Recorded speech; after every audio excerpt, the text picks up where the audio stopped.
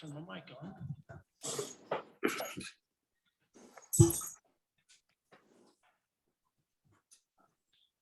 Righty. Thank you all for coming. It's good to see some faces out there for a change. It's good. All right, we'll go right into, there's no special presentations at this point in time. We go into public comments. This is a time for public comments regarding issues or matters not on the agenda, but still within the jurisdiction of the City Council of Yreka. Public comments period is not intended to be a question and answer period or conversations with the council or city staff. Council members, when recognized by the mayor, may ask questions of presenter, but no action may be taken during the city council during the public comment section of this meeting, except to direct staff to prepare a report or place on a future agenda. Okay, if you guys, for somebody from the audience that wants to speak, speak from the podium, please state your name and where you live, just for records for that. I'll try to limit you for 5 minutes. I'll be faster than that. Celia Baldery, 409 Evergreen. I'm excited about the idea of a pool coming to Yreka, but I have some real concerns about, I feel like the information has not been put out to the public of what's supposed to be going in next door, at least to my understanding. It's called No Place Like Home, and it's housing for seriously mentally ill people.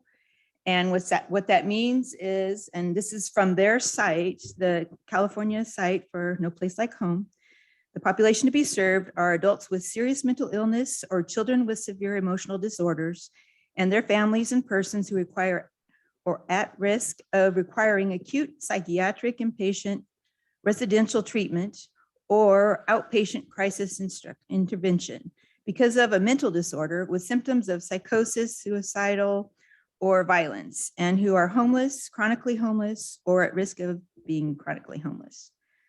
I feel like that's kind of a scary thing to have next to our pool. Because I mean, the pool's not going to be able to restrict, they can't say, no, you can't come in and swim, especially on the free swim days. I'm hoping that this swimming pool will have children only at a certain time. And I'm concerned about what happens in the locker rooms, how that's going to be monitored. Then there's also, I keep hearing that there's going to be a bus, a city bus that will take kids to the pool and back. Well, who else is going to be riding on that bus? Is it going to be the people that are at that site? And as I did hear from Nancy Ogren, and she said there is a pre-development and construction loan in place to Rural Communities Housing Development Corporation for like 1.5 million plus for the property at Foothill and Sierra Vista Drive. The project is moving forward as far as she knows. That was from yesterday. So yeah, that I'm just really concerned about that. Absolutely. No, Right. yeah. Thank you. Reason to be. Thank you. And I do think the community should know that that's happening. Absolutely.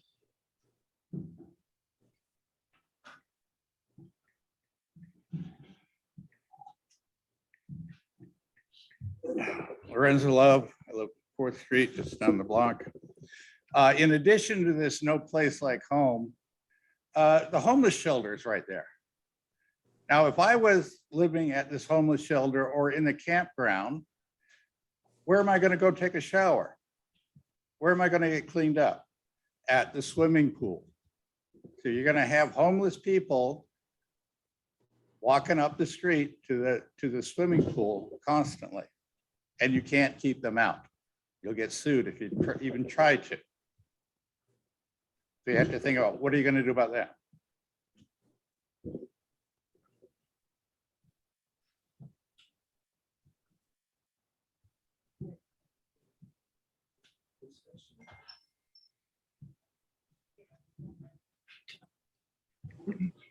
Steve Radford, 409 Evergreen. We can make comment during the discussion also.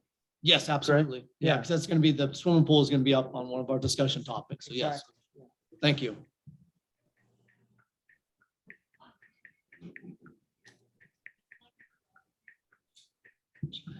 turn this on. Go ahead.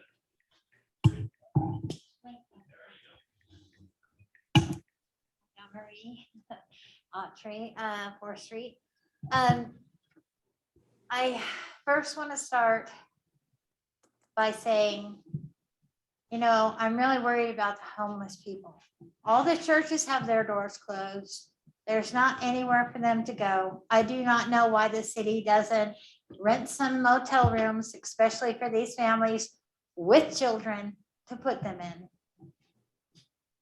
And I want you to hear me. So I'm going to speak softly so that you lean in and listen strongly and let your heart do something other than use excuses, because excuses are lies covered with reason. And I am done with it. You know, you take this office as our family, our mom, our dad, to make decisions for us. You guys are real bad moms and dads. You're letting people die. Last year, how many people of your family died? We are your family. And a 23-year-old froze to death last year that I know of for sure. I know also was told that 3 other people died too. I don't know, but I know the 23-year-old did. He right across the street from our house. This year, how many people are going to die? There's a storm coming in. That's, oh my God. You know, can we get these families with children in motel rooms this weekend, please? It's Christmas. Please. Thank you. Thank you, Dawn Marie.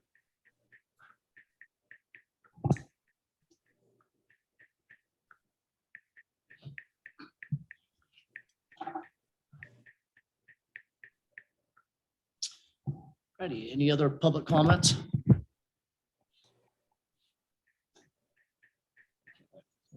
Let's move on to number 5, consent agenda. All matters under the consent agenda are considered routine, non-controversial, and will be enacted by one motion unless a member of the council wishes to remove an item for discussion or a member of the public wishes to comment on an item. A, approval ratification of payments issued from November 29th, 2021, through December 12th, 2021. B, approval of minutes of the regular meeting held on December 7th, 2021. C, approval of minutes of the special meeting held December 16th, 2021. And D, waive all text readings on ordinances on the agenda. Ordinance shall be introduced and adopted by title only. Do we have any comments, concerns? Mr. Mayor, Councilman McCoy, Yes, sir. if there are no comments, I will make the motion to approve the consent calendar as listed. Okay, before that motion, I do have one concern. And we don't have Randy on board. We do have Dawn on board. One of the things on the payments, ratification of payments issued through November 29th to December 12th was a reimbursement to Councilman Joan Smith Freeman. So Dawn, does she have to recuse herself from this? We don't. Can't hear you, Don. Can't hear you. We don't usually. Don, you're muted. It was to her though. Okay, there I go. Can you hear me? Reimbursement. Yes. Yeah, I think Joan would probably be wise to just recuse yourself from that approval. Oh, we never have before. Okay, I'd be happy to. It was regarding the California League of Cities meeting. Correct. Yeah, that's what it was about. I just wanted to make sure that everything's legal though. Okay, I recuse myself. Okay, thank you.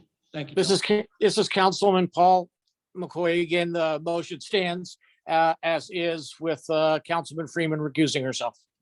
Okay. Councilmember Baird, I'll second. All righty, so we have a motion and a second. I'll go through roll call. Joan Smith Freeman's recusing herself, correct? Yes. Okay. Paul McCoy, Aye. Corey Middleton. Aye. Debbie Baird. Aye. And I, Dwayne King. Okay, we shall move on to number 6. Public hearing, this is a public hearing part. Discussion of possible action, finance, conduct a public hearing and adopt a resolution of the city of Yreka approving the development impact fee reports and updating the city capital improvement plan and development impact fee program. We have, Mr. Mayor, this is Councilman McCoy again. Can we go back to the last vote? I think the minutes should reflect that Councilwoman Joan Smith Freeman wasn't providing any service. She was just being paid for money she had spent on city business, but correct. she was not doing a service. I No. mean, I mean, there's not, so people know that it's not, we're not like voting on somebody to try and, give them money because they're working for us. She's not doing anything untoward. Correct. Correct. Okay. Thank you, Paul. Okay, Retta. I read it. Hello there. Yes, thank you.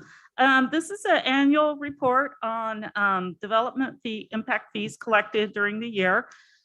This report needs to, we need to conduct a public hearing as part of this report to solicit comment from the public on that, and also reflect on where the fees were used in capital projects. So if you want to, if you'd like me to give the staff report and then open the public hearing. So we want to open this up for the public hearing, the part of the portion of this conversation, correct? Right, prior Okay, to. we'll open it up for the public. If there's any comments from the audience, if not, we can move on, but let's open for the public for public comments. What is this? Red will actually explain it here, and then I can open it back up too, if you guys want. All right. Okay, I'll close it then for the public comment section of this, and then we'll open it back up at the end then if there's any other comments. Thank you. Great. So the state of California requires that the cities present to the public and conduct a public hearing on collection and use of developer impact fees. And developer impact fees are fees relating to growth in the city or impacts from growth within the city, such as commercial and or residential development. So this year, mostly the fees that were collected, the largest one was, of course, the fees from the state of California for the courthouse development was deferred until completion of the courthouse. So that was the largest impact fee that was collected this year. Some of the uses of these fees is shown in the schedule in the development impact fee use schedule include stormwater master planning. And so we entered into an agreement to update our stormwater master plan. And so that was one of the uses. We also have done some capital improvements in the water and wastewater system where there were insufficient revenues collected at the time, where part of those impacts were, or those improvements to the system were to facilitate it to handle growth within the community. And so those are going into, collection of those went into debt servicing reserves. So with that, and also remind you that in October that the fees went from 50% discounted to 25% discounted, such that we're collecting more of the original studies fee revenue. And by April, there'll be a full fee revenue collection. Right. And with that, in conjunction to that, one of the biggest reasons why we did that was to collect some of the fees, like some of the big ones were some of the development that's been going on, the Dollar General and stuff like that. The impact fees were basically next to nothing. So by increasing the impact fees for those in those places, they're actually paying into more of that. So that way we can collect more as a city, which we should be able to, that's helping out the city and bringing in more revenue. So that's the reason why I just wanted to add to that. Sorry, Retta. Correct. No, that's right. Exactly it. So that development does pay its fair share of impact. So with that, I can go into the report. It was available, noticed in the newspaper and available online as well as at City Hall. If you have any specific questions, this is just kind of the annual report of collections and also uses of funds for development impact fees. Yes. I'll open the public first. Yes, go ahead. And Retta, that was, what year was that? Just so it's clarified, that was rolled back during the recession back a few years ago by the city council, correct? Because of, there was Actually, nothing, it was that implementation Oh, it was back in implementation, okay. 2007. So- 2007, correct? Correct. Okay. So we kind of did a workshop on that Right. and saw the impacts, cumulative impacts of that, which were over $1 million in discounts. Right. Okay. So, which kind of led to the decision to bring them on up to the full fee. Right. Okay. I just couldn't remember the year. Thank you. Further questions? All right. So I can, I'll go ahead and open it back up Okay. for the public then. There's, unless the council has any other questions. Nope. Joan or Paul, do you have any other questions for Retta? No, not No, me. All right, great. I'm going to open it back up to the public then. So do you have any questions? Yeah. Okay, yes, please. Thank you, Steve. Steve Radford, 409. It's kind of surprising. The city gets money for the new courthouse, which is a county building or what? Well, that building, we make, yeah, we've made money off of that. Yeah, for impact fees on that. Yes, correct. Okay. City. How much money did we get? I'm not sure. Do you have an answer for that, Retta? I believe it's right around 120,000. A year? California. A year? No. No, just that was just. Thank you. One-time fee.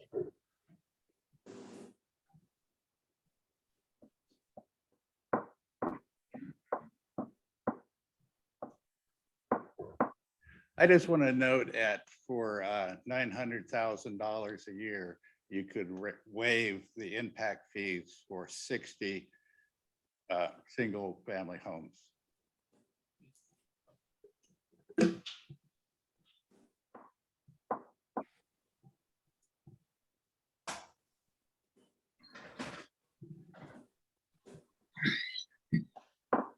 Thank you. All right, any other public comments? Okay, and I will close the public. Mr. Mayor, this is Joan Smith Freeman. I just wanted to note that a few years ago, the city did waive all fees on building of private homes. It was going to be for 1 year. We ended up doing it for 2 years. And for the longest time, no one took advantage of it. And we finally got one person who took advantage of the waived fees, one. And he wasn't building because the fees were waived. He was building because he wanted to build a home. So yeah, we tried that and it didn't work. Thank you, Joan. I think it's 2.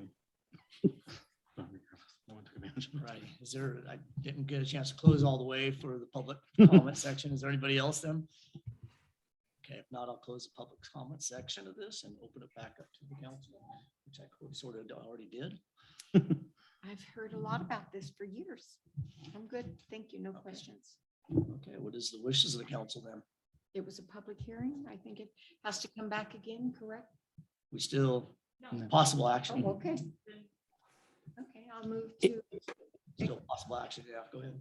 it's very hard to hear without using a microphone. okay, Pull this it up. is Councilmember Baird. There you go.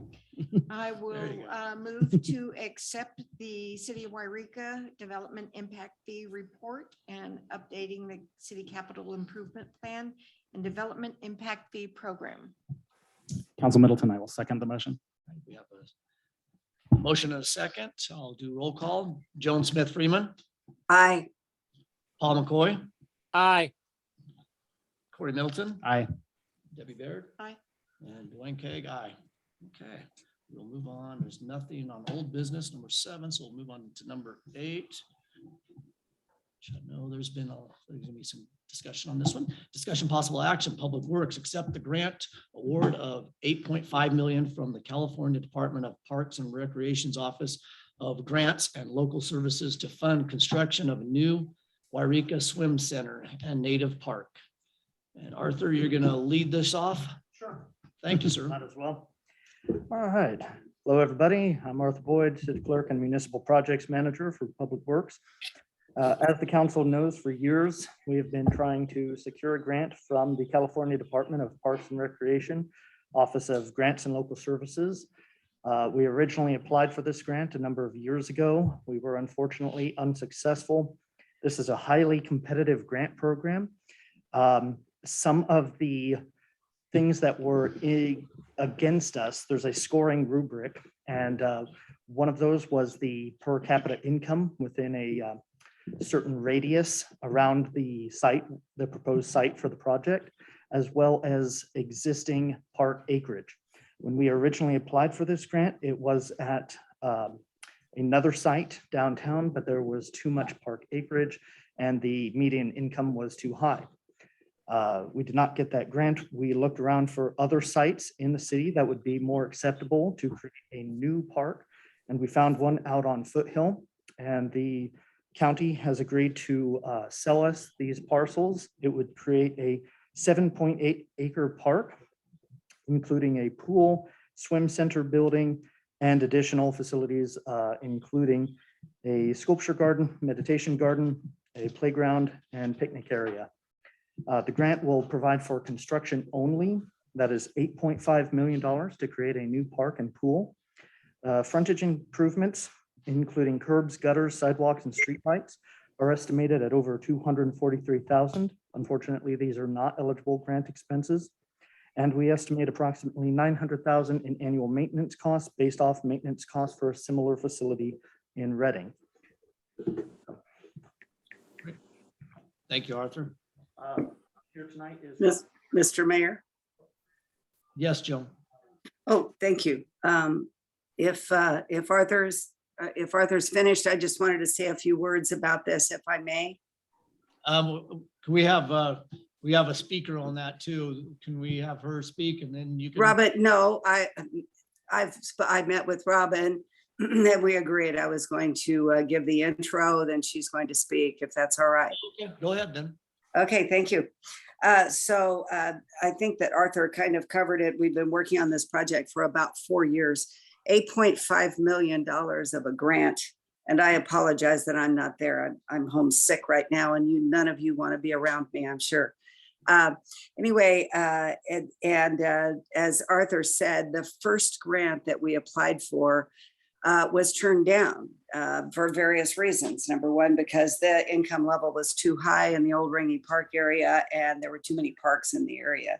And so we began to look around, and there was a committee formed of the public, and many people that are in the room here today were also in that. I know Celia, you came to several of the meetings, and there was a lot of good input from the public about what they'd like to see. There weren't a lot of choices. It had to comply with certain criteria, and one of them, of course, being that that the area couldn't be a high income area. So and there couldn't be a lot of parks in the area, and that piece of county property that's up Foothill seemed to fit really well, and plus it's close to the YMCA. The YMCA is supporting this project wholeheartedly, as well as the Karuk tribe. They also endorsed it, and many, many members of the community, schools. We had a lot of input. There's still a lot of work to do, and we have to figure out where maintenance will come from. But I'm really, really excited. $8.5 million worth of money with no matching. That is like unheard of. So I'm really thrilled. I was at the pool the day that it closed. It was horrible. The public was horrified that our pool was failing. And now we have the opportunity to go forward with a brand new pool and a brand new park. I would like to introduce Robin Richards, and Robin was the lead on this grant, as well as Arthur. They did a great job of working together and working with the team of people that had come together. So Robin, are you? Yes, Robin's there. She has a lot of the details for you. And I want to publicly say thank you, Robin, and thank you, Arthur, for all your good work on this project. Thanks, Joan and Arthur. Arthur gave a good overview, I think, of what the park and pool are going to look like. I just want to say that I got involved about 3 years ago, and I want to thank Joan actually for spearheading this. People want a pool. Just so you know, we've had probably over 300 community people at various meetings. For the first set of meetings where we were trying to remodel Ringy Pool, which we were not funded for, we had a large number of meetings then. We went, and the last set, during COVID, we had the Zoom meetings, and then we had a few outdoor meetings at the site. So people were able to comment on. I think Corey attended one of those, and you might have attended one of the outdoor meetings too, Dwayne. So I think people are really happy with it. I think they want a pool. That's kind of the sense I've gotten from my interactions with people. When we sent out an email to say we got a grant, immediately I probably got, what a great Christmas present. This is so exciting. This is so great for the community. It will really boost Yreka. So I think what you're going to find is there's going to be a lot of input and excitement about it. So to address the location, I think everyone needs to know that it needed to be in a place where they call like park deserts, where there aren't any parks. And we looked around and we drew circles around Greenhorn. What we have is we have a lot of parks on this side of I-5. We have Greenhorn and then Minor Street and then Ringy, which when you do a half-mile radius, they all add too much park space. And you had to have less than 3 acres of park space or something. So over there is 0 public park space. So that's where we got the full amount. The other thing they want is new parks and in a place where they're going to serve low-income residents. And I think it seemed like an ideal. You have the 2 apartments buildings there that are Section 8 or low-income housing that are right up the street. And then the YMCA is really excited that it's going to be a 2-block walk for their kids to be coming up the road to the pools. So I think it's a really exciting thing for our community. The kinds of things, and Arthur went through it, and you've got maps of it. It's not only just the pool and the building that's going to be there to house it, but there'll also be an ADA trail that goes up. If you haven't been on the property, it has a really nice vista of Yreka, and you kind of get up there, and they want to have like a little meditation area at the top and a butterfly garden, birds. We're going to be working with the Siskiyou Garden Trails Association, the group that does the trails and stuff, on the plantings. So we have native plants, and we're working with the Karuk tribe because it is a native park. We talk about the native people and then do a sculpture garden of our native fauna in the area. So I think it could be a real tourist attraction eventually too. People might come. It'd be a nice stopping place for them to wander up the trails. So anyway, the last thing I want to do is I want to really thank Joan and Arthur. They have been stalwarts for the city, and you are so lucky to have both of them working on this project. It's been great. So Great. I'll Thank turn it you back so to much, Joan. Robin. Thank you so much. Thank you. Okay. Dwayne, Yes. could you ask if anybody has questions for Robin? Huh? Could you Oh. ask if anyone has questions for Robin? Oh, absolutely. I'm going to open it up for the public anyway. So yes, this is time for public to come up and comment and questions. Look, wrong way. Anyway. Which one's up? There we go. Oh, there we go. I'm Steve Radford, IG8 or 409 Evergreen. Well, she just said it again there. The YMCA is really excited about it. I'm all for a pool, absolutely. Whatever the passion of the community is, I'm all for. But the thing's got to make sense. And the kids walking by this development that they're talking about with the mentally ill, the kids from the YMCA walking by, that doesn't sound so kosher to me. It doesn't sound kosher to me at all. The kids coming down from the neighborhoods going through the traffic on all these off ramps over here that they have to go through. It's just not, it doesn't feel neighborly. It's not neighborhood, I talked with Evans, what's his? Tyler Evans this afternoon. And because I understand that they were asked to go up there and take a look at the old site of the pool and what it would take to demo and all that kind of thing. And I'm sure, and he agreed with me, on his part, I would volunteer myself as a general contractor. I'm sure there's other contractors who would get involved.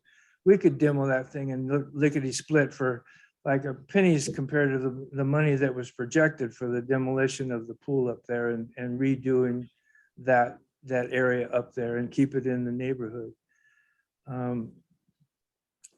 Again, I feel the city has lost its passion. The folks around here are so distraughted with so many different things that the heart of the city is gone. The heart of the county is gone. We don't have the money. You guys, I wasn't here back when you lost your logging and I was here when we lost the mining. But I think the heart of the city and the county has been taken out of these people because they've never seen anything come back to them from any of the things that were taken away. You know, we're supposed to be getting so much money every month or every year, whatever, for all the logging that we lost. And we're not. You know, we're not being paid. We're not being respected one bit. This thing about this handout thing, you know, we are a country of God. God is integrity, morals, and value. That's what God instilled in us. And this thing of taking grants, free money, when we don't deserve it, we didn't earn it.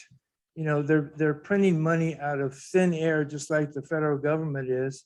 Where's that money coming from? If you go on their website, I did tonight on the Public Parks and Recreation grant website that they have, they've given out like $9 billion or no, 6,477,349,000. You know, it just goes all from $6 billion they've given out on one specific kind of state grant or county park grants. And then there's the public park grants or the city park grants. There's $4 billion they've given out on those. And if you look on their website, they show you pictures of all the different neighborhoods that they're doing these in, and they're questioning that this neighborhood is too high income. Well, the income around here compared to the income of the property that's down in LA, where they're getting some of these grants for some of their parks down there, they have more money down there in those areas that they're allowing these grants to go through than the money up there in that neighborhood. And there's several. If you look on their website and you go down and you look at all the different developments that they're doing, you know, there's several in there. Santa Rosa, not Petaluma, but San Francisco, LA, Berkeley. I mean, there's several of them, and you can just see it in the neighborhood that it looks much more better off, or a much more affluent neighborhood than this neighborhood up here. We know what our neighborhoods are worth around here. And who did that study? They did that study, or did we do that study? No, the state of California provides you with data. So they do the data on the income level in a half-a-mile radius. So you put a point on the map and they do a half-mile radius and they give you the median income as well as the park space per 1,000 people, I think it was. So in the Ringy Park, it was like 6 acres per 1,000 people. There was 0 park space in that one. Right. 3 acres per 1,000 people is the cutoff. So we got 0 points for that one. That's why we were unsuccessful in the Ringy program. I'm opposed. I mean, personally, I'm opposed to any kind of handout. You know, I'm old school. I work for my living. I make my money. I pay my bills. I take care of myself. And if somebody needs a handout and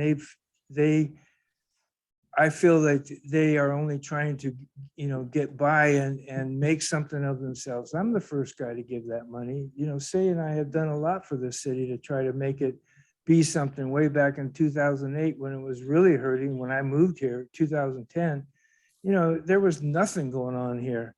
And we tried everything we could to make something happen. And you know, we did the minor down here. The garden club did the minor and put the brick around the minor and tried to, you know, help that out. So we're all about the city and making the city I want to see the city passionate and be powerful among the people together, not take handouts and say, we're so pathetic that we need handouts. We could do this ourselves if we had our logging and our mining back. And we use the minerals and the what we have in this county. But we can't go by what California says, that's for sure. California is corrupt, it's a communist state, and we cannot abide by California any longer. And I've said that more than once. So thank you for Thank listening. you.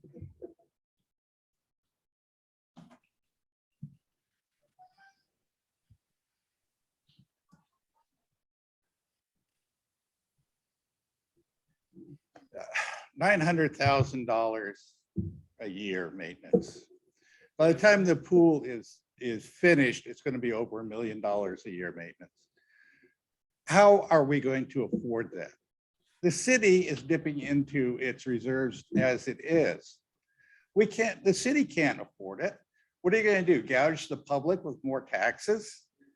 For $900,000 a year, if you try to finance it with property tax, that's going to be $1,800 a lot. Every homeowner will have to pay $1,800 a year for this. Nobody is going to approve that on a ballot. This pool is going to go without maintenance. Maintenance are going to be deferred year after year, just like it was for Ringing Pool. And this pool is going to wind up just like Ringing Pool. It's no maintenance. It's going to fall to rack and ruin. So what's the point? It's not responsible to take money when you can't afford to maintain what you're going to build with that money. Thank you, Lorenzo.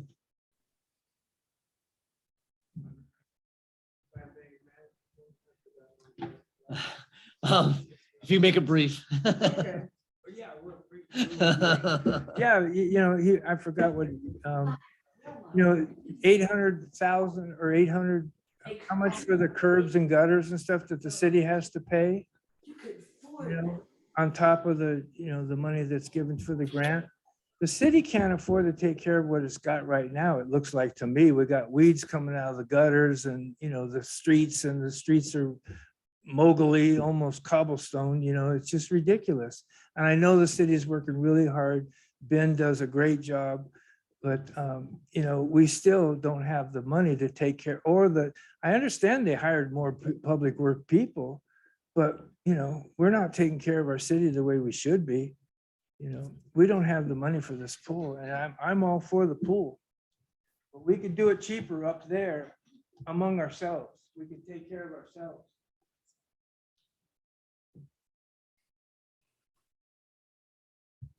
Any other public comments? As far as the $900,000 annual maintenance, this was, Arthur, this was based off of the facility, it says in Reading, correct? Correct. And how is that comparing to the facility in Reading to where that maintenance cost on that? If you want the detailed breakdown, we would have to bring that back to you. Okay. That's obviously something to look at, but I do too. May I? yes, please. Debbie Baird. I also would like to hear some of the options from Ms. Richards regarding the maintenance. I know you had some pretty creative ideas in the beginning, and I think was the plan to finalize some kind of plan for maintenance before we accept the money and spend it? I don't think before you accept the money, because we can't really work on it unless we have, one thing about this, the project is it's, I don't know. Arthur, Can you come to Come the on, mic? come on down. Sorry, Robin. We just so, because it's being recorded, so we have to have. We can't hear her, right? I'm sorry. Yes, I know. It's scheduled to be finished in 2025. So before you start figuring out the maintenance, you need to have something that you're going to maintain. So we have 3 years to figure out exactly how we're doing. There are a lot of ideas that are floating out there, and people do have plans. And we have a lot of community people that are absolutely committed to making this work in terms of maintenance, because we understand that it's going to be, it is a problem. We don't really want to burden, the city with that, so we are working on putting together plans. But you have to have step one. Step one, you have to have something that you're going to maintain. You can't just start doing something if we didn't have that. We did a lot of work with Ringy, but when we didn't have the grant, people sort of said, okay, so if we don't have a pool to maintain, then why should we be continuing to figure out how to do that? But there are a lot of people, particularly people at the YMCA, because they understand, because they have pools all over, that they know what it costs to do it. And they can't afford to necessarily do it, but they want to be involved in how we can, as a community, make sure that we have this service for our kids. So.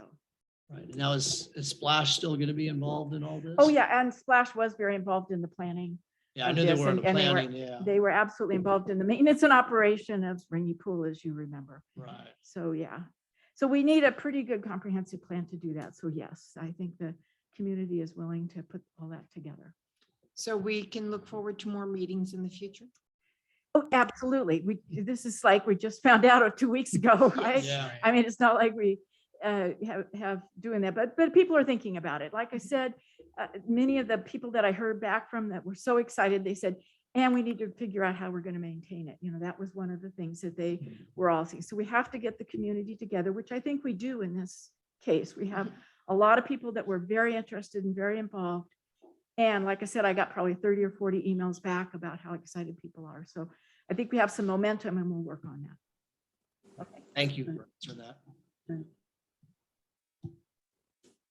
Corey, do you have any comments? Me? Like me? Does it close the public? Well, I can Are you close it to the public unless there's somebody else in the public that wants to address this. We can't keep having. Steve, I'm sorry, I can't. Well, is this a discussion? You have 5 minutes. We're having a discussion? What's that? Mr. Is this a discussion period? It was a discussion period. Yeah, and I allotted 5 minutes for everybody too. I got you. The people's part, not your part. Correct. You're right. And that's why I opened it up to you. Okay, well, you can't limit us on- There is actually a limit of 5 minutes. Right. Yes, come on down.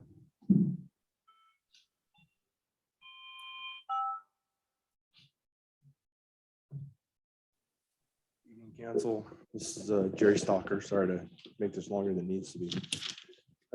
Understand your comments, not to be negative, but the comments kind of lead to an end to something that I think the community wants. In there's a solution to get what's best for the community, but it's a giant problem. Future development, future income from that development. I know that we don't want to overtax people. We don't want to kill development. We need to figure out how to improve things. This is a long shot.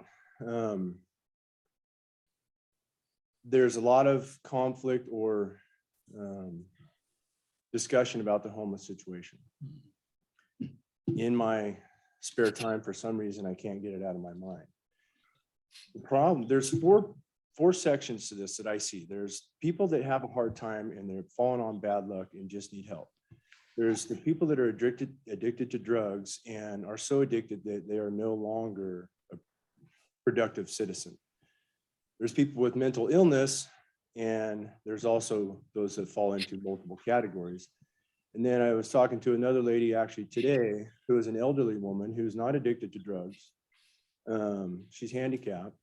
Social Security is not enough, so she needs assistance. So there's a giant tree of problems that I see that need to happen. It all starts somewhere.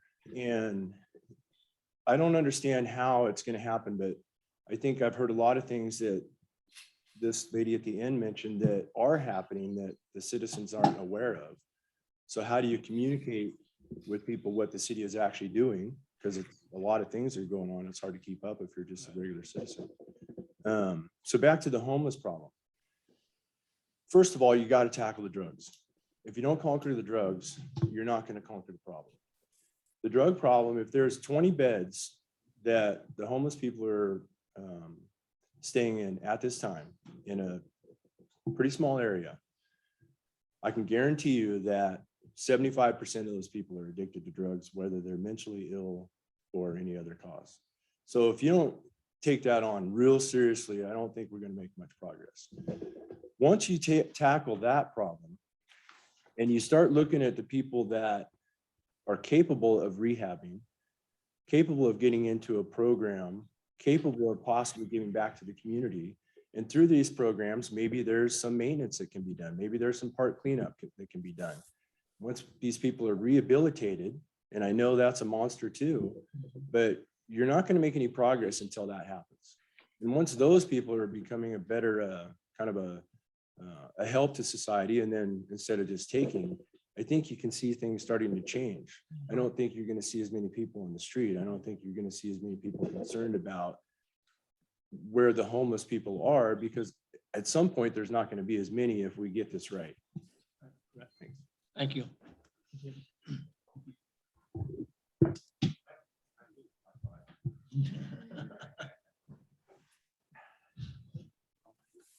Look, the public wasn't able to fund Ringy Pool, maintenance on that.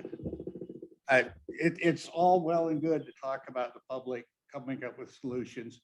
They failed utterly at Ringy Pool. And in the end, the only answer was a special tax district to gouge the citizens, the homeowners. It's going to be the same thing here. And I guarantee that's not going to pass the ballot. Nobody wants to pay for something that's the very definition of non-essential. If this was for more police, if this was for the fire station, fine. But a swimming pool, let's spend that $900,000 a year on drug and alcohol treatment.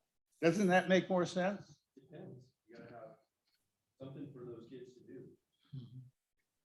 You can have all the treatment classes you want. If there's nothing for them to do, they're gonna do whatever it is. And who's going to be at this pool? It's going to be the homeless people. We can't hear people talking. Who's going to be at this pool? It's going to be people from the homeless campground. It's going to be the people from this public housing, the mentally ill people. And that's a great place for the kids to be. You know, maybe you should rethink where this pool is going to be. There's other places in town. Like across from Walmart. But still, there's a maintenance problem.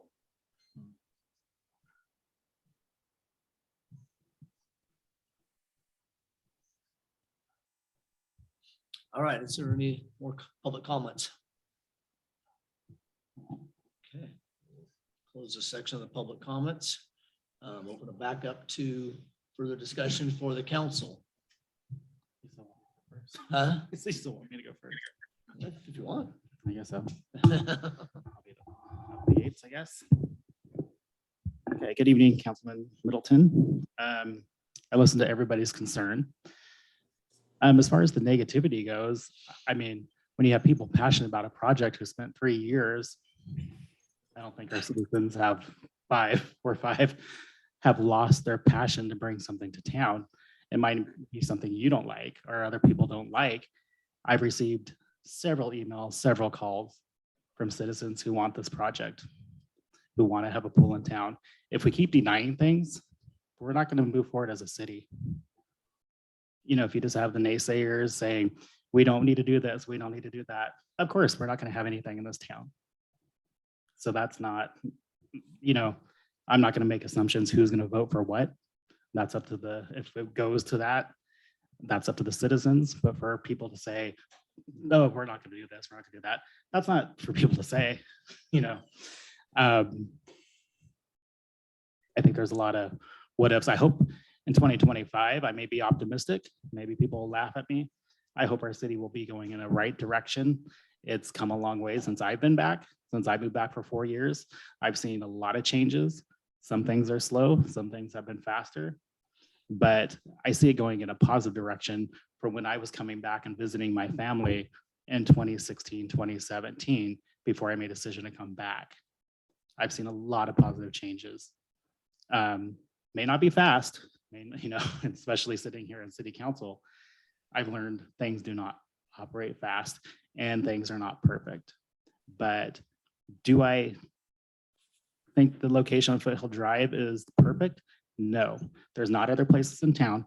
We've had Miss Richards and a community research it, Arthur. There's no other places in town for this pool to go, for us to set this a grant. So I don't know. I think our kids need it. Ringy Pool, it's unfortunate it happened. That's the past. We got to move forward as a city. And unfortunately, that's no longer on the table. It would cost a lot of money. That's already been, we've been down that road with Ringy Pool. If people wanted to come forward and bring Ringy Pool back, where were they 5 years ago? So that's my comments. I think it's more than kids. I don't think I don't really think the homeless, maybe they will go use it. It's a community pool, but it's just not going to be, it's going to be a lot, it's going to be families, it's going to be senior citizens, it's going to be the Y, it's going to be our high school using it for their swim meets. It's going to be teams coming, high schools coming out of town, coming in. It's going to be, more than just a pool. So that's where I will end it. Thank you. Mr. Mayor, this is Councilman McCoy. So I was just gonna bring you up. Go ahead. Can you hear me? Yeah. I think we're all making just a ton of assumptions tonight. I think that shows that people are thinking about things and people's brains are coming up with great things or great comments. I have had phone calls, both pro and con on this since it went on the wire. I've worked with Councilman Smith Freeman and with the committee and Robin, since I came on the council.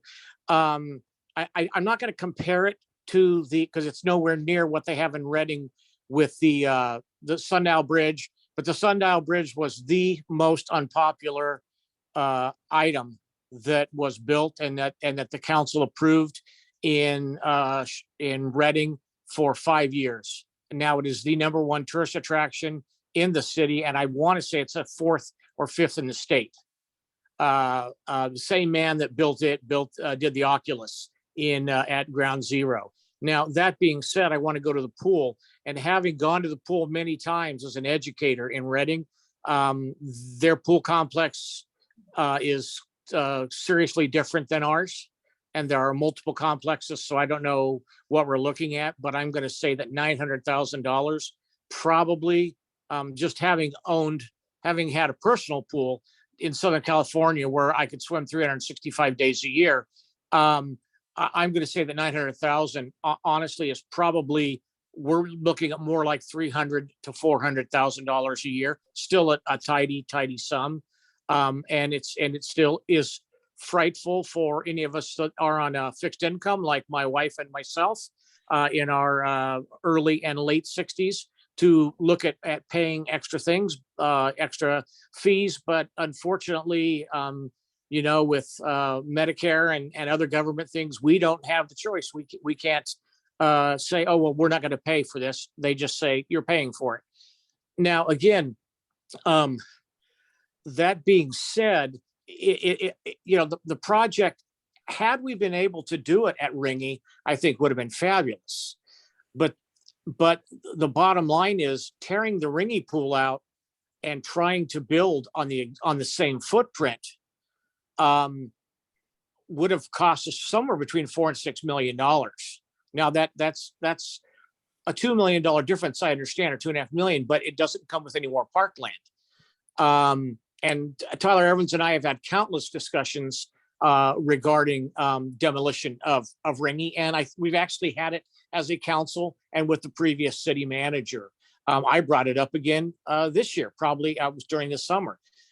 But when we've talked about Ringy, one of the things that the community has told us is they'd like to see the Little League field enlarged, the Pee Wee League and field enlarged, the batting cages moved around, and enlarging a picnic area and a playground area. These are all things that the community has been behind. those can only happen if there's no pool there. If we were to try to put a pool back there, we just need to come up with between $4 and $6 million. How do we do that? Maybe we go with a partial tax of, $2,000 or $3,000 a year for 10 years, and then we build that pool. But at that point in time, we're putting it back on the backs of the taxpayer. And so there is no great answer when you're having to raise, whether it's 300,000, 400,000, 500,000, 800, $900,000. But the fact is, the pool seems to be something that the community supports.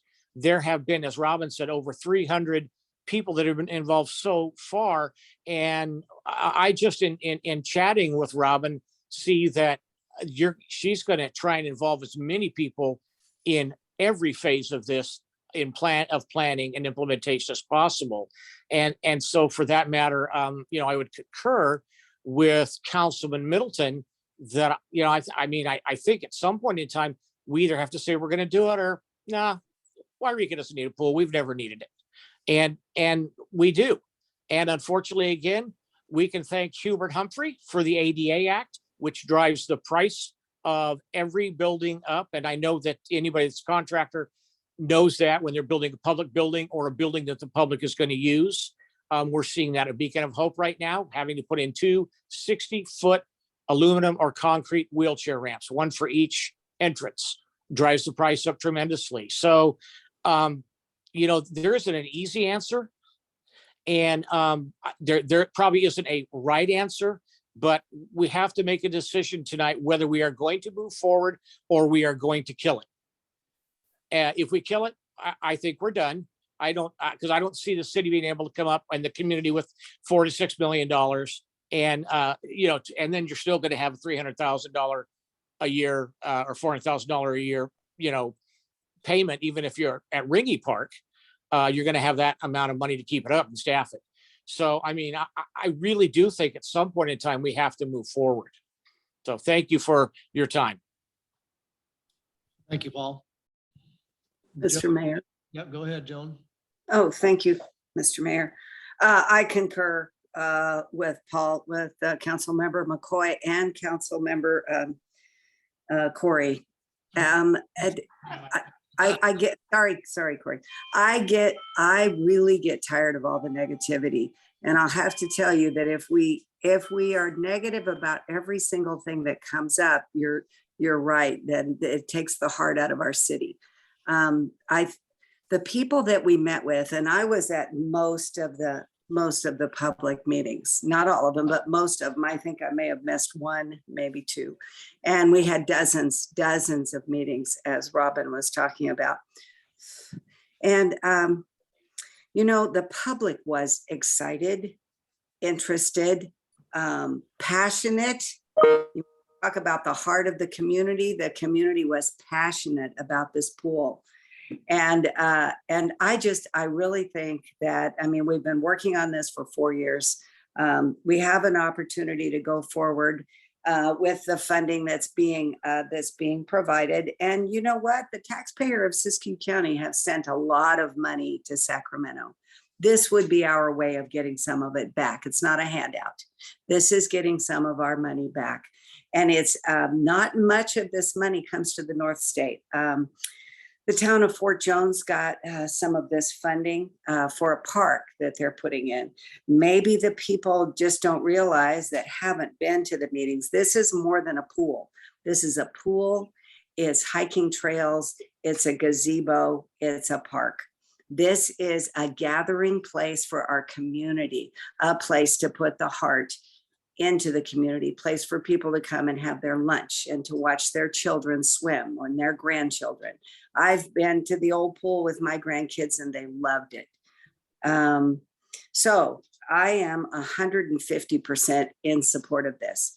Do we have all the answers? No, we can figure it out. I disagree that it's going to cost a whole bunch of money on everybody's tax bill. I don't think that's going to happen. I also disagree on the amount of money, the $900,000 a year. I agree with Councilman. Oops. You cut out, Joan. Yeah. I cut out. Am I frozen? Yep, go for it. Keep. Okay. Got you. I just disagree that it's going to cost 900,000 a year. I don't think that it will. So I'm really in support of this, and I'm ready to make the motion anytime you're ready for it. And I don't mean to step on anybody. I know Debbie and you both want to speak about it. Yeah, we're gonna. So thank you. I just want you to know that I'm in support. I am passionate about this. I think this is good for our kids. It's good for our community. And I think that is something that will help help the heart of Yreka, if you will. So I'm for it. Okay, thank you, Joan. Okay, Debbie, your turn. Well, I'm not going to repeat everything that was said, but No. I agree with it all. The only thing that wasn't brought up was my concerns over if we are so conservative that we don't have amenities to living here, we're going to turn into a bedroom community. And I don't want that for Yreka. We're the county seat. We need to have more than just the necessities here. We need to improve the quality of life. And I think this is a step in the right direction. So I'm actually in support of it also. That's all. I'm gonna add a few more things. One thing is, growing up here, that's where I learned how to swim. 5 years old, that's where I learned how to swim, was Ringy Pool. It's sad to see that it failed massively. I guess I better skip up to the microphone. That it failed massively because it was a valuable asset to this community for kids to learn how to swim, to better themselves in a lot of things, give them an excuse to get outside and do something, to get them to do something positive. I mean, we need so many things for positive things for the kids nowadays. Right now, they're with this COVID and everything else going on. We've had so much negativity. We need to see some positive things going on in this community, period. Is it perfect fit as far as location? Might not be, but you know, we go back to how the conforms of the grant works, and I know I agree with Steve in the aspect that I don't agree with taking money from the government, that we should be more self-sufficient, but we did pay into this, and I feel that we should get some money back from our government too. Our government does not use our dollars wisely. I will be the first one to agree on that. But I think we should start using our dollars wisely. As far as the homeless situation and stuff, that's why we're building a shelter. We're not building a shelter. The Beacon of Hope's building a shelter. We have been trying to support as much as we can with that. And because of that, with the urban campsite and the shelter, they are going to have shower facilities there. There is going to be regulations. There's not going to be riffraff running around. When I went to up to the Rogue Retreat and speaking with the Rogue Retreat, the homeless shelter is and stuff, the areas around the Rogue Retreat totally support the Rogue Retreat on what they're doing. In fact, just this last city council meeting up in Medford, the city of Medford, I think, what was it, Paul? Do you remember one, like $1.5 million they donated or put towards the Rogue Retreat? You remember, Paul? Not yours. They approved $1 million so Million. that Rogue Retreat can buy their own campground and make it permanent. Right now they're leasing there, and they used $1 million of ARPA money, and they plan to use more, but they're starting right now this year with $1 million. So, and that is through Access, a nonprofit organization. Yeah, I was going to bring that up later in my public or my comments of the council. It's wonderful. Yeah, but in conjunction to that, the law enforcement up there supports the Rogue Retreat. The outlining businesses will support the Rogue Retreat because it gets the homeless off the streets. It gives them a safe place to go, and it helps with getting them the proper services. So in other words, getting them to the mental facilities they need, the drug and alcohol rehabs that they need, and it helps them so they don't cause those problems that we're talking about, to go up there and cause some riffraff or cause fires or anything like that. So these sort of things in conjunction, there's big pictures, just like you was stating earlier, there's a bigger picture that we're looking at as a city, And there's all these different elements, and pulling together these elements is going to make one big thing that's going to help out our community. And we just need to start looking at our community for presenting positive things for them. I mean, these are things that we need to have. These kids need to have a place to go. I mean, like I said, I learned how to swim there. I know thousands and thousands of kids have learned how to swim. They went on to become trainers, lifeguards. I mean, other professions. I mean, it's amazing when we had started these meetings about all the people that popped up and said, "Oh yeah, I'm now doing this and I'm doing this," and because I learned how to swim in Yreka. And so it's a valuable asset.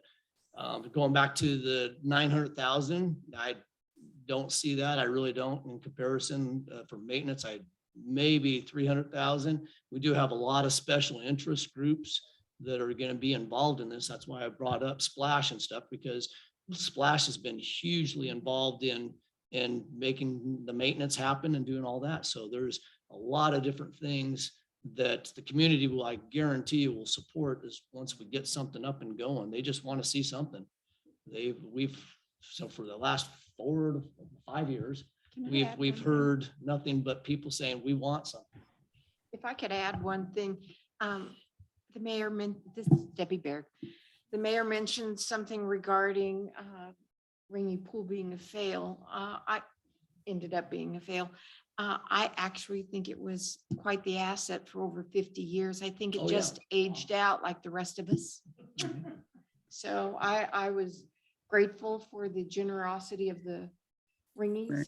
I think it was a real blessing that they. No, I'm talking stepped about forward. failure. I talked about as it failed the liner of the swimming pool. As the building, okay, as it The aged facility out, failed. okay. No, okay, I said it was a bummer that it failed, Okay, that actually the actual swimming pool I failed. stand corrected. Yeah, I'm sorry. I should have clarified that a little better, but yes, the facility itself failing, not what it achieved. No, it definitely achieved. That's why I said I learned how to swim there, and it's good for the parents too. It gave the parents some place safe to take their kids to, that they knew that they could learn how to swim. They can go to a structured environment.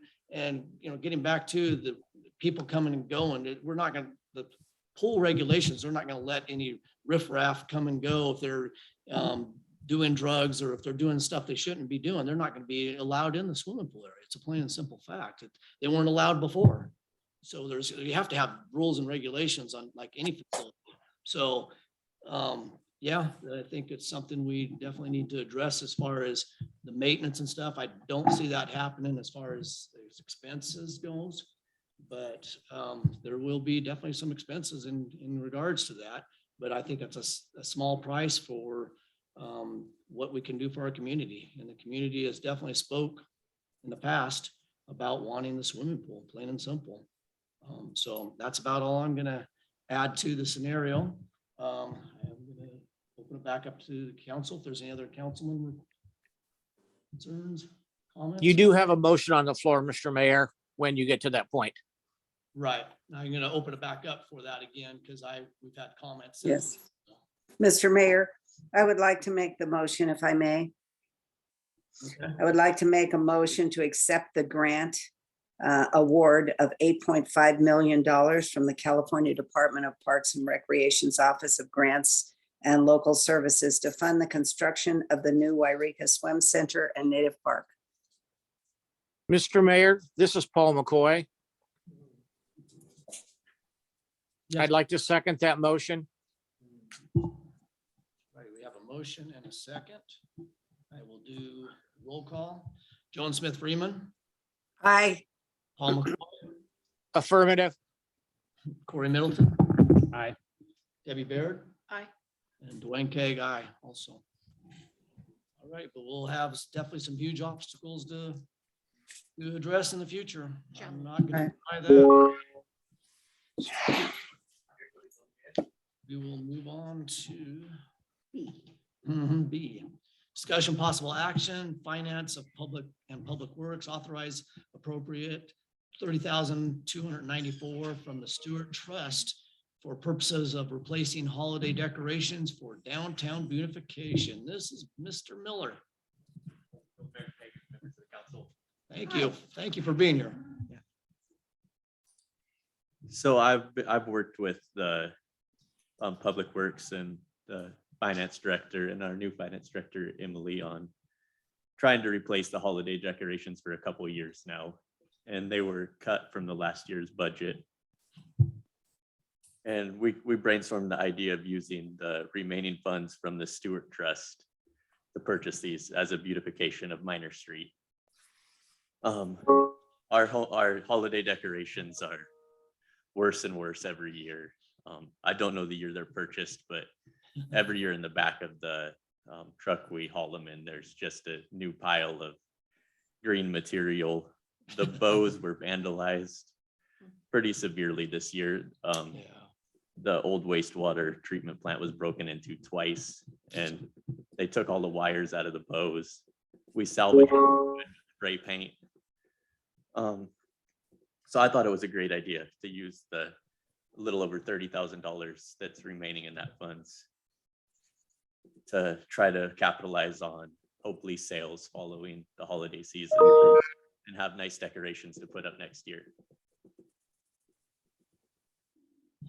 Great, thank you, Ben. Well, that's basically, I'm gonna comment on that. That's what that Stewart Trust was for anyways, is for beautification and stuff of wide downtown Yreka. So Is. I'll open it up for public comments, and then I'm gonna go bring it back to the council. Is there public comments on this? Okay, no public comments. I'll bring it back to the council. Council, do we have some comments, concerns, or what is your wishes? Mr. Middleton. I have a comment. I guess a comment. Well, you did a good job making them look nice because they looked good. Town looked pretty. But I know you said they've been failing for a couple of years, but so I appreciate you and the staff, making them where they could be used the last couple of years because, they do look good. But yeah, it's probably needed to replacement. So thank you, Ben. That's all I have. Thank you, Corey. Debbie, do you have any comments? I think you made Martha Stewart proud. Yeah, well, it's one of those things. Yeah, those lights. Well, when I was even on the Chamber of Commerce Board of Directors, we were talking about that, and that's been back in 2009. We were talking about the lights and how they were outdated and need some help back then. That was a big push back then to some beautification of Minor Street and get something happening on that. So to finally see something updated and beautifying our downtown again, that's much needed, I think. So If I could say one more thing. yes, I please. just saw how cool it was with I learned something on the 156,000 that was donated as far as that Stewart Trust. Right. And I think the 126,000 that was used for the facade improvements on Minor Street was an awesome project. Oh, yeah. I just think about just the more recent ones with Ming's and some of the businesses and how much better it looks. So Oh, yeah. I think it was pretty awesome that we got that money. Yeah.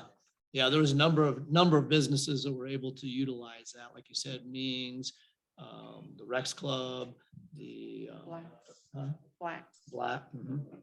All those guys. There was a lot of them back in the day when I was on the planning commission. A lot of it was used for painting of the building and signs. A lot of signs were redone, and so it's kept Minor Street looking a lot better. So that was very nice of the stewards to be able to give us this funds to be able to do that, to help our downtown. So this is the last little bit of this money, but I think it's going to something that's going to be able to be used for a lot of years.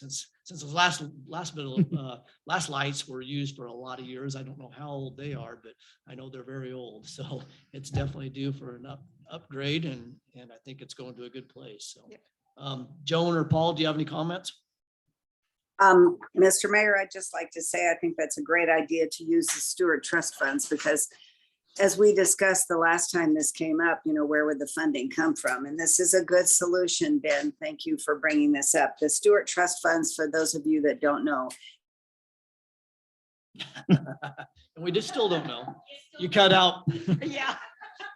I did again. Yeah. The Stewart, I don't know how much you heard, but the Steward Funds were given to the city specifically for the purpose of beautification of downtown.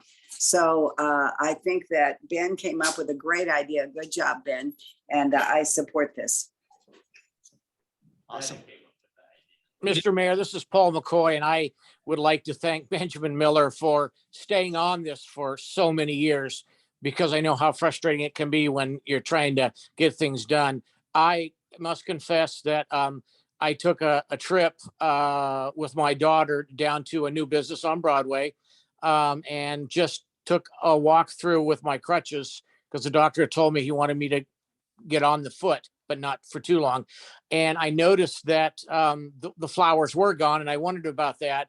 And it just happened to me that a Public Works employee was in the area, and we said hello, and I told him how good that the wreaths looked, and he said, well, yeah, we did have to take out the flowers. So, I appreciate what Benjamin Miller has done and what Public Works has done to instill some pride in our fair city for the winter time. And I think this is a good usage of the Stewart funds. And I would hope that we as a council might be able to also support Mr. Miller and Mr. Bray in making sure that we give them secure areas if they need a little more money in their budget, to make sure they have secure areas for storing things like this, so that other people aren't able to get into it. And so I think it's a real good idea. And I think it makes our city look wonderful when I drive into it at night.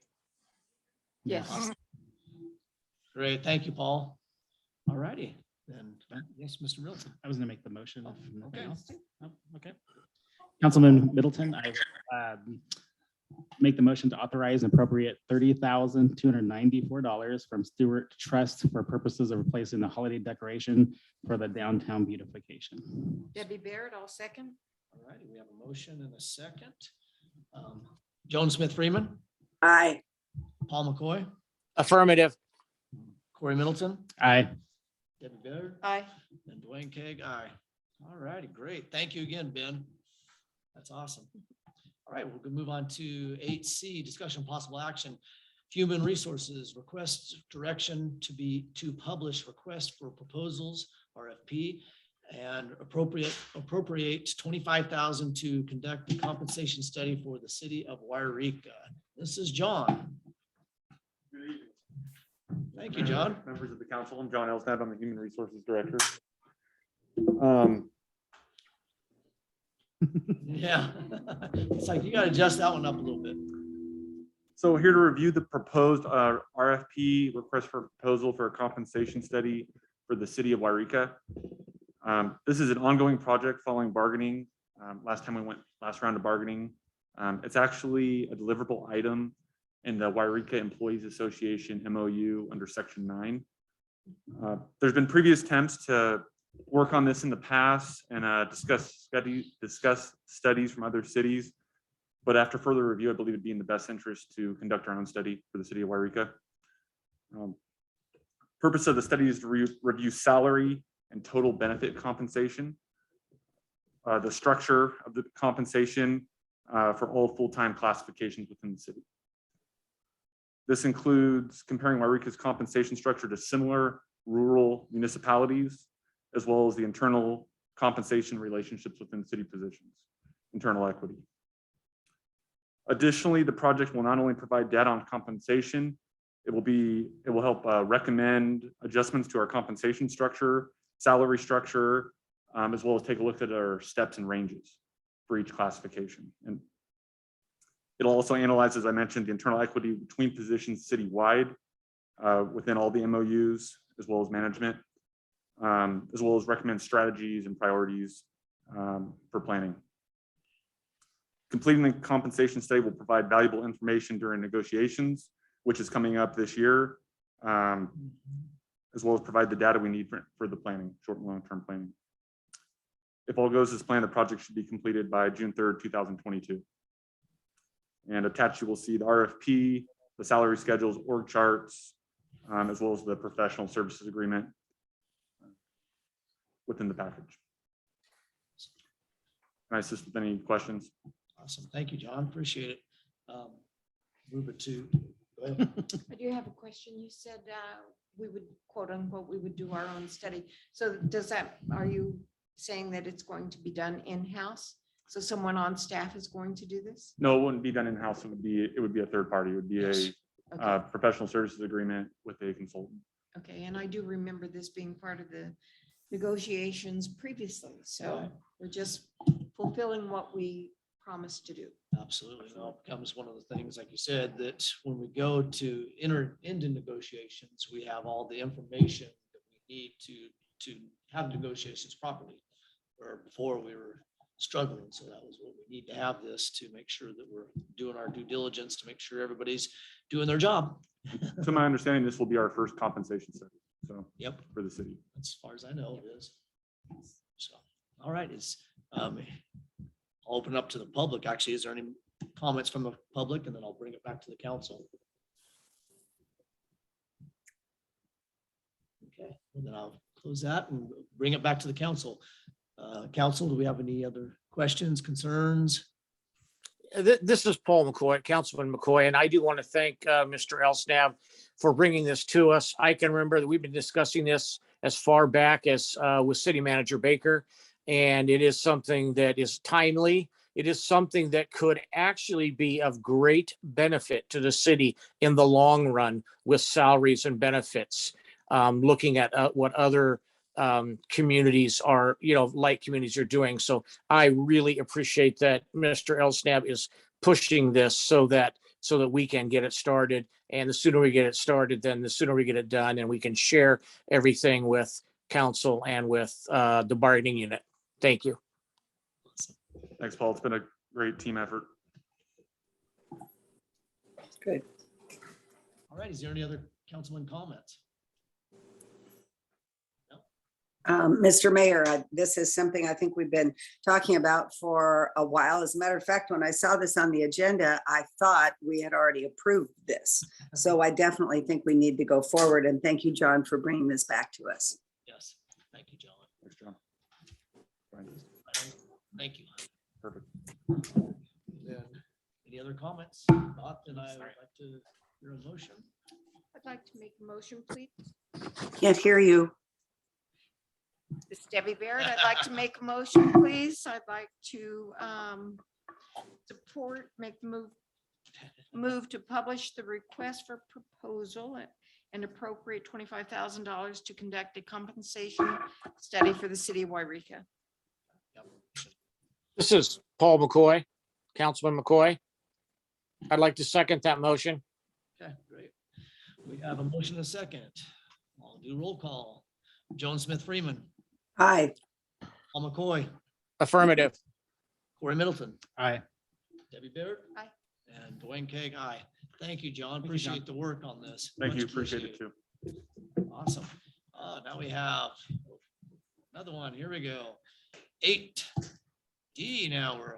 I see him sitting in the background on discussion possible action, police department approval, purchase of encrypted radio equipment and related installation costs for $52,500 and a supplemental appropriate and additional $40,000 from the fund balance and transfer from non-capitalized equipment another $12,500 to facilitate the transaction. And we have Chief Gilman here. Thank Howdy. you. So this is Chief Gilman. So I'm here to ask for more money. It seems to be the thing of the night tonight. So we got stuck with something from the feds. It's a requirement that came out that we have to be encrypted to what's called AES encryption. We upgraded the radios a couple of years ago at quite a significant cost to what's called a P25 ADP encryption. We're not sure where the confusion came from, but that is not the federal standard. As of January 1, I will be out of compliance. I have a couple options at the police department. One option is not to give any information over the radio to protect people's identity. Like if I was stopped in a traffic stop and I was to give your name and date of birth to the dispatcher to tell them who I was out with, that would be a violation of the federal policy. So we've been researching this for months, or I have with some help. We had options of MDTs in the car, which is computers in the car. We have options of using cell phones for everything. Our cell phone carriers would have to be contacted. We have to make sure that we're 256 compliant with the encryptions. Oh, wow. Every way I've looked at this, it's all the same price. MDTs, iPads, cell phones, every option is roughly the same price. The only other option out of this is that we don't give any information over the phone, which will cause problems in the field, obviously. I've been working on it since July. So I'm at a point now where I have to upgrade the radios. The quote you have on you, I just got a new quote tonight, just a couple hours ago from Day Wireless. Our repeater up on the hill is 10 years old. It's no longer functional, but the quote you have includes a repeater, from what I understand from Day Wireless, to give us a new repeater, which gives us GPS locations and officer down locations. If a radio goes vertical for more than 15 seconds, it notifies dispatch, tells them there's an officer that hasn't moved in 15 seconds with a location of where the officer is. Talking to Paul today from Day Wireless, the repeater is still working. It will support this AES encryption that we're looking at. So that brings the price down to around 35,000 and change, with 700 and change for maintenance. So I have two options. I have the full option, which you have on there, or a cheaper version, which we don't change the repeater up on the hill. Could cause some problems with communicating with the sheriff's department and other agencies. They're all in the process of doing the same thing right now. It's a federal mandate that's not backed by any money. So every agency in the state is scrambling to do this. It is the ARPA reimbursable from ARPA funds, from what I read on the federal site. However, I'm not sure if we're going to qualify for that to the times. So basically what we're looking for, you spotted a lot of numbers to make sense to everyone else here. At the max, it's only what, 52,000. All those numbers were just where we're pulling money. I'm giving up equipment money out of my budget as much as I can get rid of, as far as new tasers, things like that. I'm going to put that towards this. And I'm looking at additional money from the city. And that's what I'm asking for, is approximately $40,000 additional from the city. We could come in less. We could just do the whole thing and be done all at once. That's what I'm proposing tonight. So this is a max of 52,500 is max, what you're asking for. Correct. Correct. And I'm putting in 12 and change. 12, yeah, 12.5 for your part. Right. So I think finance worked it out to about 40,000 for the city that I would need to come from somewhere else. Yeah, it's kind of a bummer that we have to do this, you know. It's like, oh my goodness, another one of those things that is kind of an unfunded liability that the state and feds put on us, which is a bummer, and that we had purchased, you know, equipment before that is no longer good. Now, this equipment that you're looking at is something they feel that'll be useful for how many years, you think? It's hard to say. Our repeater's 10 years old, and they just basically, it's at the end of its life. The P1000 radios, which I'm wearing right here, the Motorola doesn't support them anymore as far as our encryption, the AES encryption. That's why these can't be changed. So the issue with this, you know, we've had several unfunded mandatory things I'm dealing with this year, RIPA for the racial profile, things like that. The 4,000 radios, which are quoted on here, is one brand of radio that does support the AES encryption. There's other brands. There's a BK radio out there. They're all roughly at the same price. Because Motorola sold us the P25 ADP encryption before, they are giving us a 40% discount. Oh, so good. we're getting a 40% discount on this quote. It saved us quite a bit of money. It's been a lot of work on my part. It's been months of dealing with people trying to get a hold of Motorola and everyone else, trying to get someone else to pay for what I consider a mistake. We shouldn't have ever absolutely. been given the wrong radios to start with. And then I'm also talking with the fire chief, since we're going to have all these radios that do work.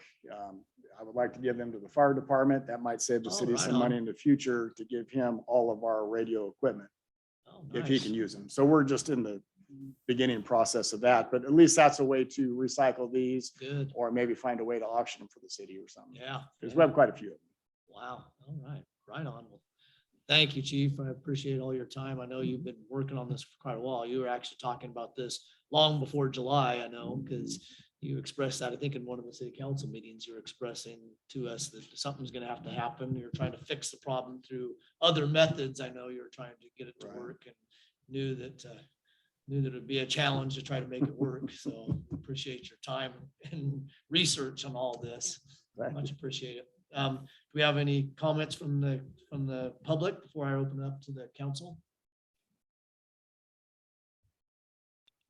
Okay, well, then I'll open up. I just have a question, if I may, Mr. Mayor. This is Joan Smith Freeman.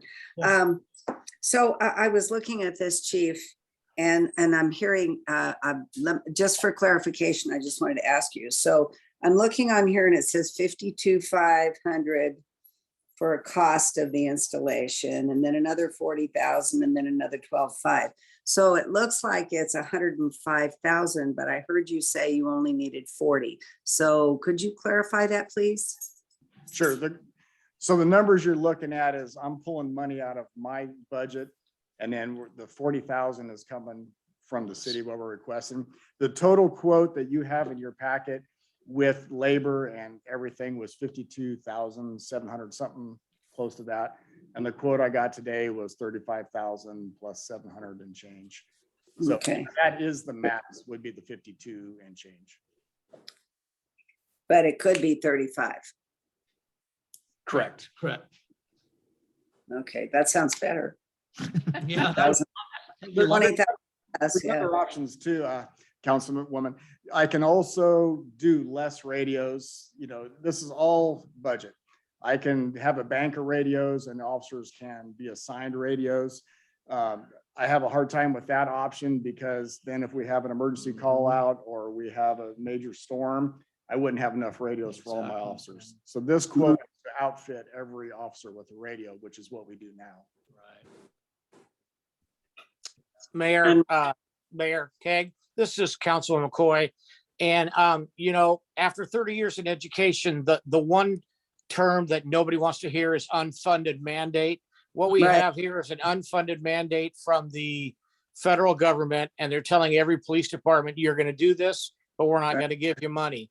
Now, one of the nice things that was mentioned by the chief was that it probably will qualify for ARPA. So that would be something that our city manager, our finance director, and Retta Hogan could look into, you know, in the long term for the year, because that would be just like it would be a reimbursement basically to the city for that, if in fact that's the way that city employees decided to go. I also think that the smartest thing is to get everything we need now. Don't wait. The prices are only going to be higher. And I think you don't put it on a 10-year-old repeater. I think you put a new repeater in. It's just me. And, you know, we've talked a lot about safety tonight. We've talked about the police. We need the police. We have a good presence out there now. I think we've got a full force. I think this just makes their job more effective. It makes our citizens safer and it makes our officers safer. So, you know, when we're ready, I would make the motion for it if in fact that's, you know, allowed. Great, thank you, Paul. Any other councilman comments? I don't believe in bargain shopping with public safety issues, so. I agree with Paul. What? Councilman- What? It's hard to hear you guys. Oh, I'm sorry. I said I agree with Councilman McCoy. I just don't, and then, no, I have concerns with Chief Gilman about officer sharing. I just think we need to have a full equipped, ready police department and Right. clients.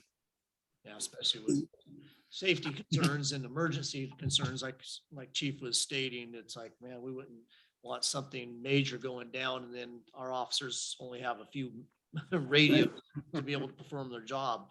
You know, it's just not, You know, cool for our citizens to be able to keep them safe. So, nope, I agree.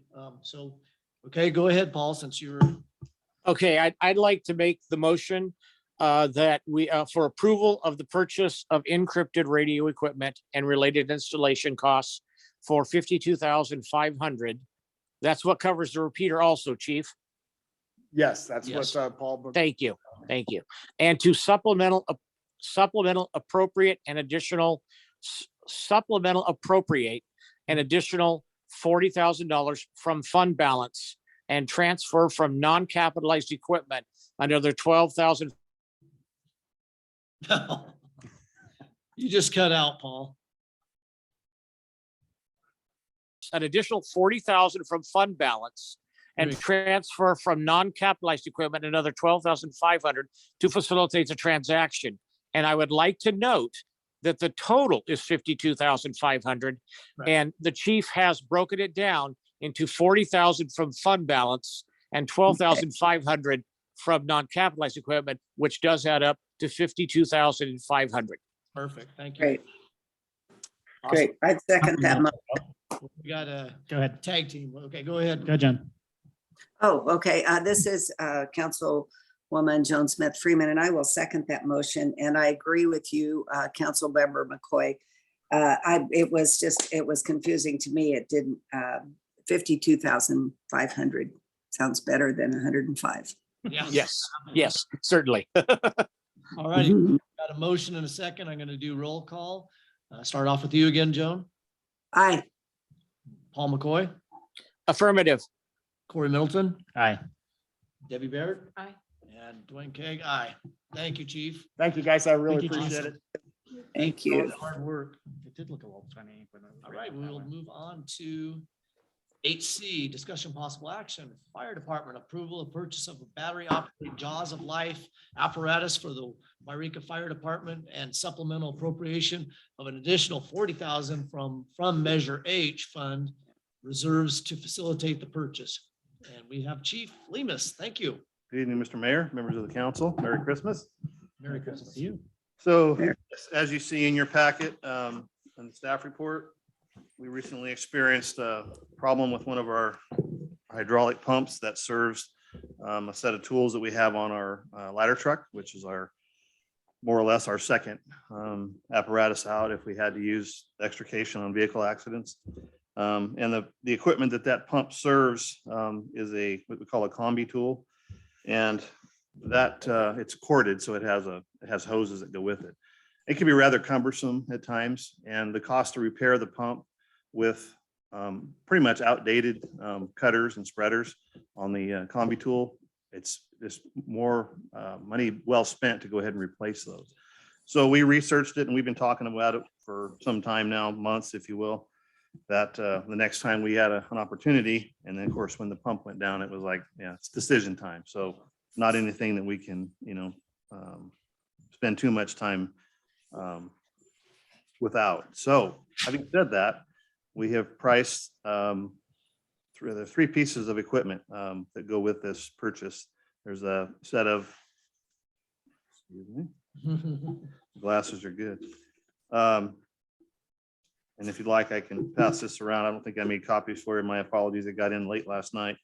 But the Homatro cordless cutter has 312,260 pounds cutting force. So those are the reason we need that is because of some of the changing metals that they're putting in cars these days to protect the integrity of the vehicle. So the driver and passengers are safer, makes it more difficult to cut them apart. So some high-speed collisions that we have nowadays, unfortunately, results in, if you're in there, you're going to be pretty badly injured potentially. So we have to have these higher cutting force tools, and the spreaders themselves are pretty equivalent to what we have now, and they're state of the art.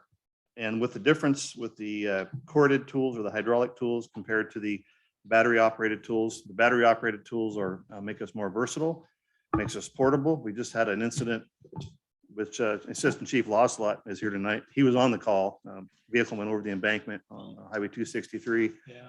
And although they didn't have to do any extrication, should we have had to do that, we could have easily put those into the Stokes litter and carried it down to the vehicle to, cut a door open, that type of thing, get the patient out. So we've been discussing this for some time as a way to make us more versatile. And I think at this time, we decided this is the time to go ahead and look into this. So, and in addition to the spreader and the cutter, there's a, gosh darn it, I went down one too far. A telescopic ram, which on a side impact where you have the passenger or driver's side door collapsed, you can take this and spread the doors out so that you have better access and take the pressure off the patient. So more versatile, stronger, better, faster. And individual price per unit, yeah, they're expensive. It's the same brand that we've had since we've had cutters or had rescue tools, Jaws of Life, if you will. We have different names for them, but commonly the Jaws of Life is what's used in layman's terms. We've had them for 30 years. So we've replaced some of the equipment along the way when it was needed. And now we've gotten to that point where we'll have two top of the line sets of equipment, one on the rescue and one on the ladder truck. So if we had multi-car pileup, which we have had years ago, we've had accidents on the freeway and then have another accident in town. So it's good to have two sets, one for a backup, or if unfortunately you had the need to have both sets on the same scene. So at that point, we're looking at right at $39,539.78 was the quote that we got. And that's basically what he's been telling me for the last few months, right in that ballpark. And we're avoiding a price bump after the first of the year by doing it now. In fact, we'll get them probably before the end of the year. They'll probably be delivered. So with your approval. And then we'll get some money back on the equipment that we're getting rid of too, because those will be, he can refurbish those and sell them to another department down the road. So, and there's one more savings on there. The other thing is that he told us that Homatro is going away from making the corded units or the core units in the United States, and they're going to be go back to their parent manufacturer in the Netherlands. So it might be harder to get them down the road. So at this point, the battery powered units you're seeing more and more of them. He's sold 100+ units already in this past year. So they're popular and hear nothing but good things about them. One more thing on that, it's a 5-stage pump as opposed to our other unit, which is a 2-stage pump. So actually it increases the time with which you can cut the vehicle or use the spreaders. So better, less time the patient is in the car, less time that we're on the freeway. So everything combined, it helps us do our job more efficiently. And that golden hour that we need to get the patient out to the hospital is achievable with this kind of equipment. So can't put a price on that. No, that's for sure. So I'd be happy to answer any questions you have. Okay, I'm going to open up for the public. Is there any comments from public concerns? Okay, I'll bring it back to the council then. Mr. Mayor, this is Councilman McCoy. I would like to say the citizens of Yreka voted for Measure H because they wanted to support the fire department. And they do have, I think, a citizenry in Yreka puts a tremendous value on human life. In the times that I have dealt with the fire department, at both with the city and when I was principal at Jackson Street School and assistant principal, I have never seen them spend our Measure H monies recklessly. I think that Assistant Chief lost a lot and Chief Lemus put a lot of thought into it. And that's what it's there for. And it's something that they, he's pulling out of a reserve for a rainy day fund. And then, you continue to put money when you have left over. So I think it's a good thing. And I think the sooner they can get it, it's going to be, we got a big week coming up next week with lots of weather anyway. And they're going to need another one. Thank you, Paul. Yeah, and I agree. Mr. Measure H was that's what this is designed for. That's why we did the Measure H, was for public safety. So it falls right into that. Right. Foremost, we got to protect our citizens, and if it protects our citizens, then that's what he's there for. That's what Chief is here for, I should say. Right. Thank you, Chief. Yes, Joan, you had a comment? Oh, Mr. Mayor, yes, I just wanted to agree with Councilmember McCoy and now with you, Mr. Mayor, that that's what this this Measure M was set up for. And it sounds like this is something that's really, really needed. And I want to thank the chief and the assistant chief that are there for all your good work. And I think it's a great idea. Awesome. Thank you. Any comments? Go ahead. Nope. Okay, well, I'll make the motion. Motion to the approval of the purchase of the battery operated jaws of life apparatus for the Yreka Fire Department and supplemental appropriation of additional 40,000 from Measure H funds to observe and facilitate of the purchase. I'd like to add to, oh, go ahead. I'm sorry. Oh, do Go you want to ahead, add? Corey. I didn't mean to interrupt you. Oh, Council Middleton, I will second the motion for Alright. approval. Okay. Well, as soon as we go through, I'll let you. Oh, sorry about Yeah, that. out there. All right, well, we have a motion and a second. Joan Smith Freeman, Aye. Paul McCoy, Affirmative. Corey Middleton, Aye. Debbie Baird. Aye. And I, Dwayne King. Awesome. Thank you, Chief. Go ahead. Oh, you're welcome. No, I just wanted to add that the warranty on these for all the mechanical moving parts is a lifetime warranty, and the Oh. electronics on these is a little less, but quite a bit less. It's only 90 days. And they can also be, the spreaders and the cutters can both be submerged if you had like less or 3 feet or less than water that you had to get to the patient Oh. or to the portion of the vehicle you had to, pop a door open or something of that nature. So they're designed like bulletproof.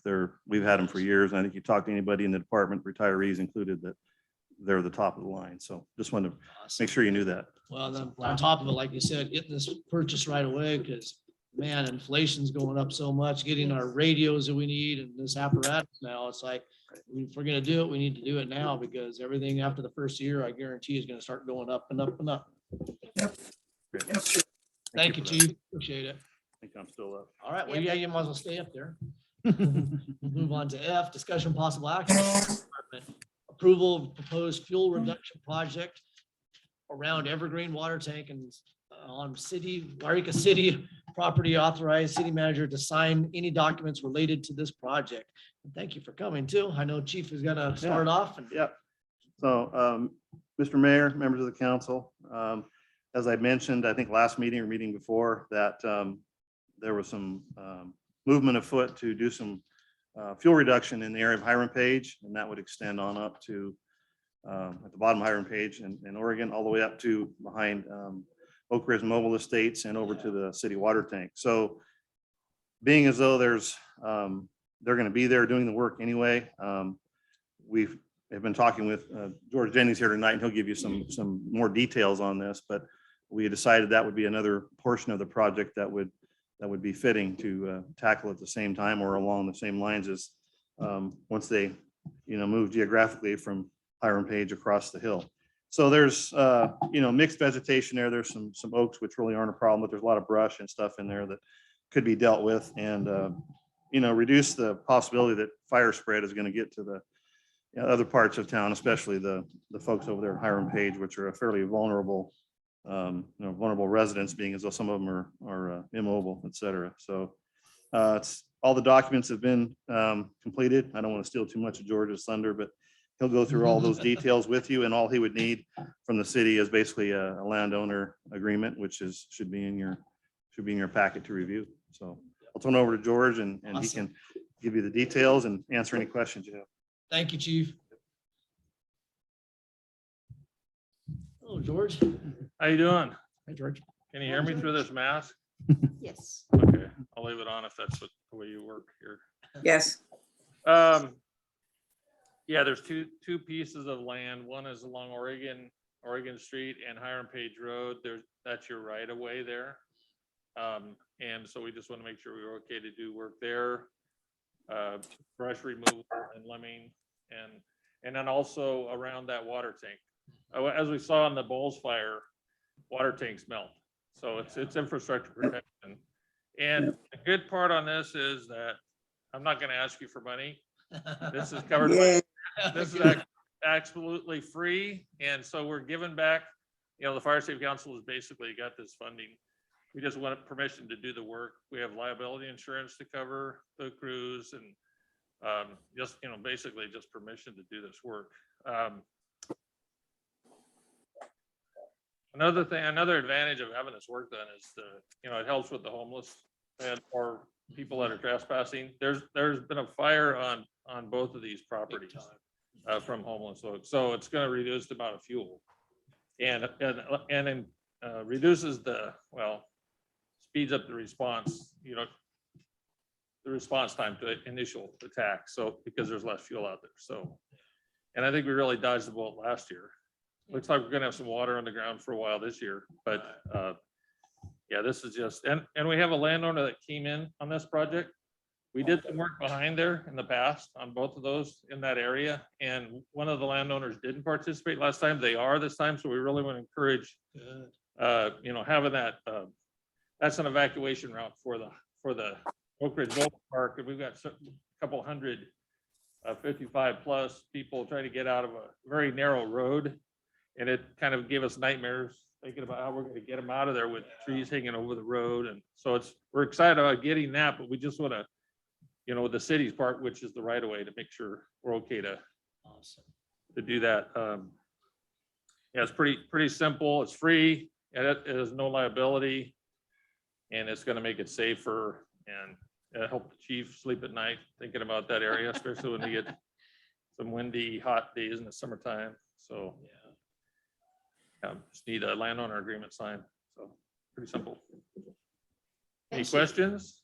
No, just comments. Just, yeah, thank you for Wonderful. for all the work you do. A lot of people don't know how much you put into these projects, and thank you, George, for doing that.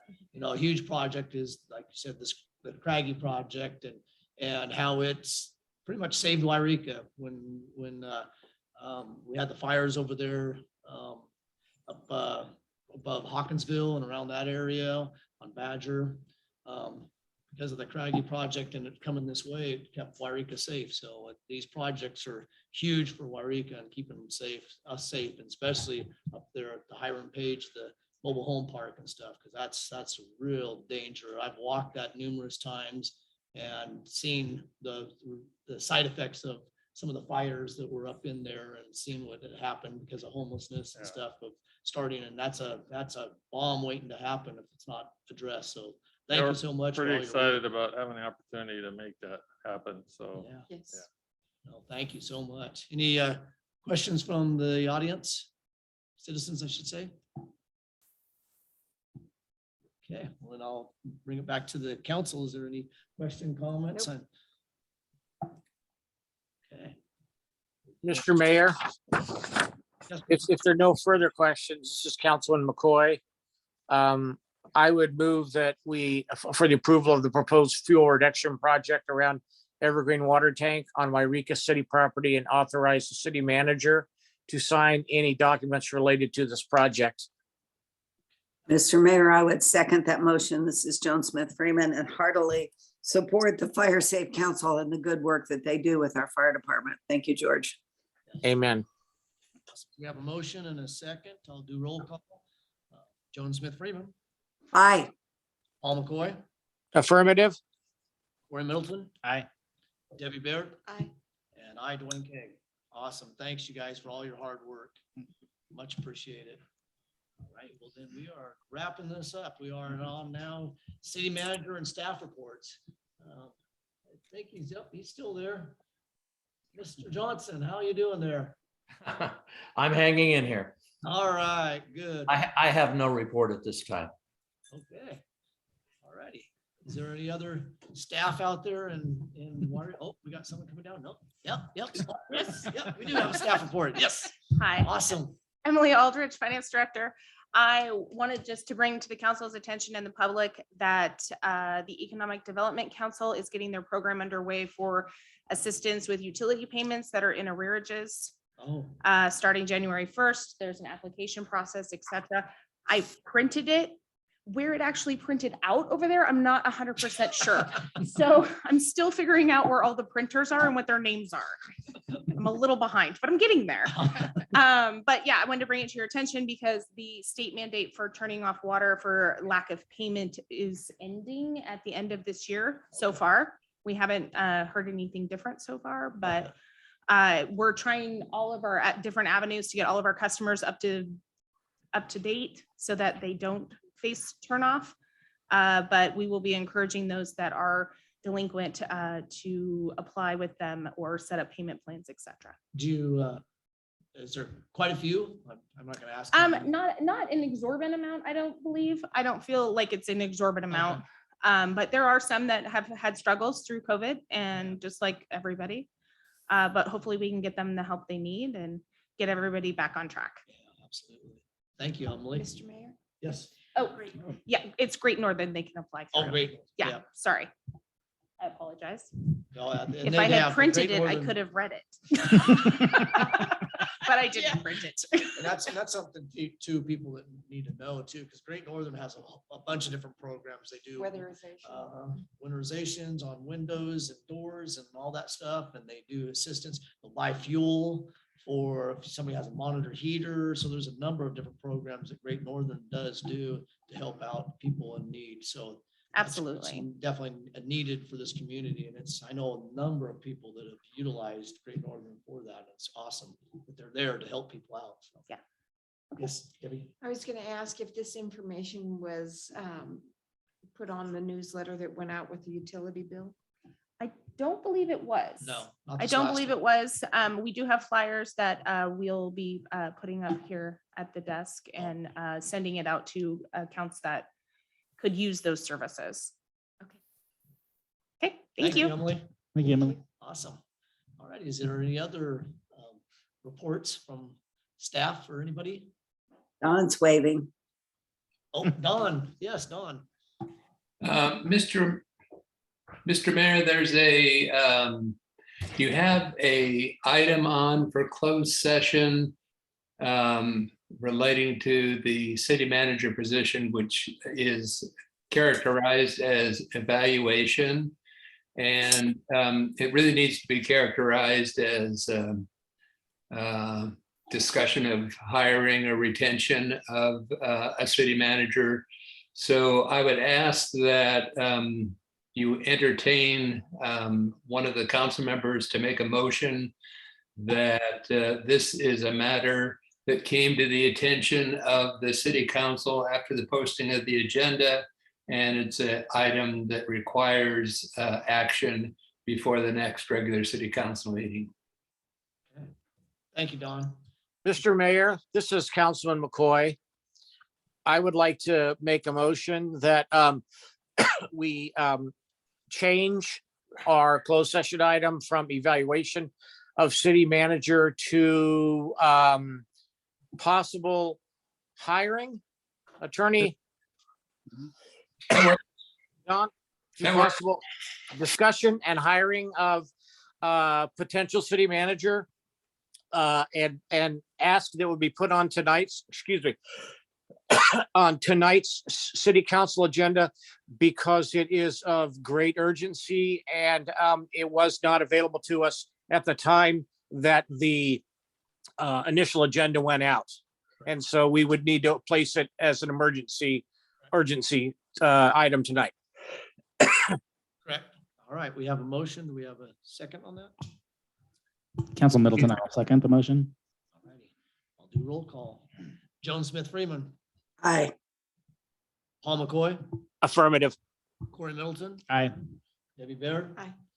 Wayne Keg, aye. So we can move forward on that. Great. Thank you for bringing that to our attention, Don. All right, we will move to councilman statements and requests. Start off with Corey. My first thing. Got to catch you off guard once in a while. I know. Oh, geez. I don't even know where to begin. It's been a couple weeks with some family stuff, but I won't discuss that due to personal You've been a reasons, busy boy when but it comes to just have an stuff. ill family member. Debbie and I attended the Yreka Fire Department's holiday party, and it was great. They had, you missed it, they had great prime rib and all kinds of good food. So want to thank the fire department for sending the invitation to us for guests. And I'm sorry the rest of you missed it because Debbie and I had good food. We ate a lot. It was great. Excuse me. Okay, I ate a lot. The desserts were really good. Let's see, it's just hard to believe we're wrapping up a year, and just want to wish everybody a great holiday season, and I'll leave it at that. Awesome. Thank you, Corey. Mr. McCoy? Yes, I'd like to wish everybody a Merry Christmas and hope you have a happy, joyous, and healthy new year. I love as I said, I got out today. I love the Christmas decorations. I also partook of a new business on Broadway and had a wonderful time there. And I just want to thank our police chief and the police force for the great job they're doing. There is a real presence out there. I see them out and about, and I've had citizens say that they see them out and about Minor Street Park, down at the north end of town, all around. And so, that's nice. Just being out and seeing is good. And I want to thank Public Works. I was, sitting like I do most of the day with my foot up for, 16 or 18 out of 24 hours, like the doctor has told me. And I hear a scrape, scrape, scrape, and along comes the snowplow down Cedar Street. Public Works did a fabulous job, in my opinion, of getting out and getting the snow spread and stacked up and spread, so that made it easier to drive. Not that I was driving, but my wife was out. So I want to thank Public Works for doing that. And that's all I have. Thank you. Thank you, Mr. McCoy. Joan Smith Freeman. Thank you, Mr. Mayor. I agree. Public Works has done a great job with all the snow. Whoever would have thought that we'd get more snow than Mount Shasta, right? We got our share, and it looks like we're going to be getting more. Since the last council meeting, I've had the Siskiyou County Local Transportation Commission meeting. And it was interesting because, our stage ridership is down, as you may imagine, during COVID. It's gone down, and we're down to only 3 routes right now. But we're built, and because we've lost also some of the bus drivers, but we're building up to 5 routes with the county bus system. We had like 300 pages of agenda this time because we went over the draft of the short range transit plan presentation in detail, and talking about, what ways we can improve our bus system within the county. And we all agreed that we need more circulation of the buses within our towns. And so we're working on ways to do that. Also, the Regional Transportation Improvement Program, the RTIP, there's more funding coming in for that for our cities. And so that was pretty exciting. And the request for approval, we got the receipt of the state transit assistance, and we were supposed to get $241,000, and they added an additional $80,000 to it. So we got $391,000 for our area, which is always good if we can get more money. I also attended via Zoom the Sacramento Valley Division board meeting, and we laid out our new officers and also the new meeting dates for the quarterly meetings that they're going to be having. So I'll be getting all those dates for you in the future. And I would also like to say Merry Christmas and Happy Holidays to everyone.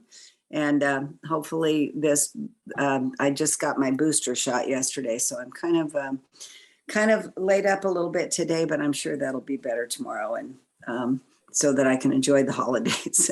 So anyway, happy holidays to everybody. That's all. Thank you, Joan. All right, Debbie Baird. I have a lot to say, pretty much. Merry Christmas, Happy New Year. Thank you for attending. We appreciate any feedback and participation. That's all. I'll just go into the same thing. I thank people for coming and showing up. I thank you for all your opinions and your voice, and makes our decisions more suitable for the community when we hear public input. I just want to also comment too, if anybody wants to, January 25th, 26th through 7 days later, we're doing the point in time count of Yreka and of all Siskiyou County as far as that goes. But if there's any Yreka citizens that want to help me out on counting the homeless around Yreka, please give me a call, because I need as much help as I can get. There's a lot of homeless right now that we do need to address, and I really feel that what Don Marie was talking about, that we need to have a further discussion on that. And so that's something I would like to have brought up on the next council meeting. And because we're like Don Maru's stating that we did lose some individuals last year due to hyperthermia, and it's not something we should allow as humans, period. Whether you agree with homelessness or not, they are human beings. Some of these people are people that grew up here and live here. And so it's something that we need to address. And it's a sad thing that we don't have a place for them to go. It really is. These individuals, like I said, are human beings just like you and I that may have fallen on hard times, but they don't deserve to die, because we do need to do our due diligence and try to figure out how to fix this. I know we're working on it. Beacon of Hope's doing their shelter. We're trying to do the urban campsite, but it's sometimes, to me, it doesn't feel like it's enough. It really isn't. And it's too bad.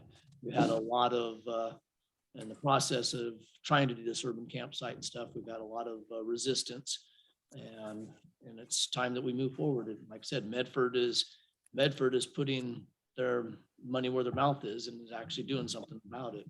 They're a bigger city than we are. Yeah, they are definitely a bigger city, Jan. You're right. But, it's still, there's, we still have the same problems, and there's still people that we have to, make sure that they're safe. So we definitely will address this in a further. That in mind, that's all I'm going to add, and say happy Christmas, and Happy New Year, Merry Christmas, and all that stuff. And thank you all for coming. We appreciate it, and we hope to see you soon. Merry Christmas all. We're going to closed session now. Good night, everybody. Maybe public comment before the closed session? What's that, Donna? Any Hold on, public hold comment? on. You could request public comments on any of the closed session items. Oh, we haven't done that before, but I can, yeah. Is there any public comment on the closed sessions? We don't really know much about it either. Oh, it'll be a while. Okay. Hour and a half. Yeah, hour. Oh, I'm going to- that. It probably will, unfortunately. Give me a call tomorrow.